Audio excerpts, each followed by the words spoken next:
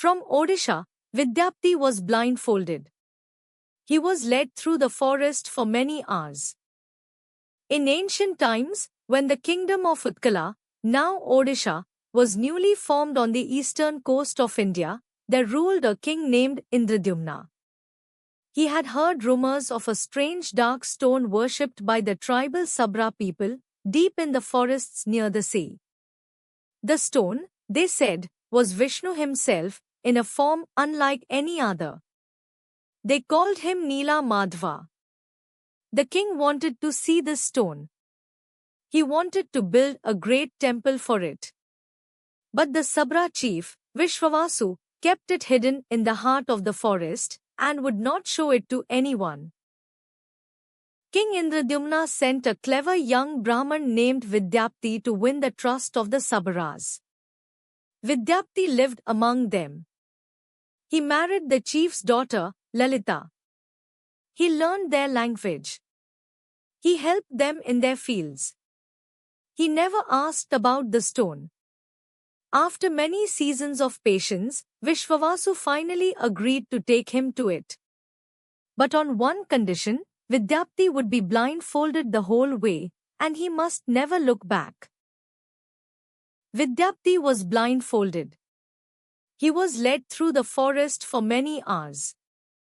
He stood at last before the dark stone, his heart trembling. He had brought with him a small pouch of mustard seeds. As he walked, he had been slowly dropping them, one by one, all along the path. The forest he walked through that day was thick with rain. Within weeks, all along the secret track from the Sabra village to the cave of Nila Madhva, a line of bright yellow mustard plants had grown, leading the way back like a small lit road. Vidyapti did not need to remember the path. The path remembered itself. Vidyapti went back to King Indradyumna and told him everything. The king set out at the head of his army to claim the stone. But when they arrived at the cave, the stone was gone. The Sabras had hidden it. They had perhaps thrown it into the sea. The king fell to the ground in despair. He went into a long fast, with no food and no water, lying on the temple platform he had begun to build. He swore he would die there unless Vishnu spoke to him. After many days, Vishnu spoke. He said, "Do not search for me in stone. Look for me in wood. A great log will wash up on the seashore. From that log, my form shall be made."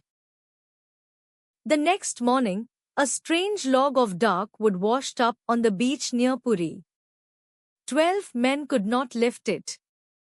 20 men could not lift it. But Indradyumna and an old Sabra man together lifted it as easily as a stalk of bamboo. They carried it inside the half-built temple. The king sent for the greatest sculptors in his kingdom. None of them could even scratch the surface of the wood. Their tools broke. Their hands bled.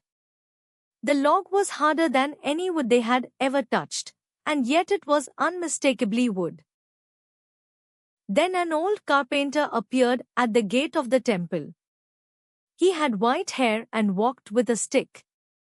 He said, "I can carve the form. But I have one condition.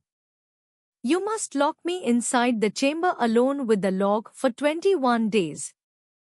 No one must enter. No one must look. No one must hear. If you break this rule, I will leave, and the work will remain forever unfinished." The king agreed. The old carpenter went inside. The doors were locked. For 2 weeks, the people of Puri heard the steady tap of his hammer day and night. But the queen, Gundicha, grew worried. There had been no sound from inside the chamber for 2 days. She thought the old carpenter had died of hunger. Despite the king's orders, she pulled the doors open herself. Inside, she saw 3 figures carved partway. A dark figure of Jagannath.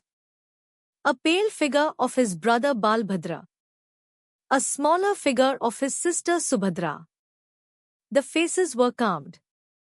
The torsos were carved. But the arms were not finished. They were stubs, ending at the elbows. The legs were not finished. The bodies seemed to be half emerging from the wood. And the old carpenter himself was gone. There was no door he could have left by. There were no shavings. He had simply vanished. The king was heartbroken. He wanted to start again. He wanted to find a sculptor who would finish the figures properly. But that night, Vishnu came to him again in a dream. He said, "Do not change anything." The carpenter was Vishwakarma, the divine craftsman. I told him to stop. I want to be like this. I want my arms to be unfinished. I want my eyes to be wide and round like a child's. I want to look unfinished.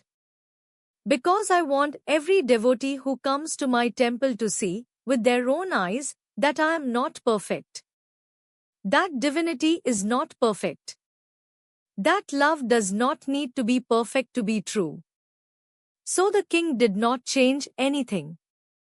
Every 12 years to this day, the wooden idols of Puri are remade, and every time, they are remade exactly the same way.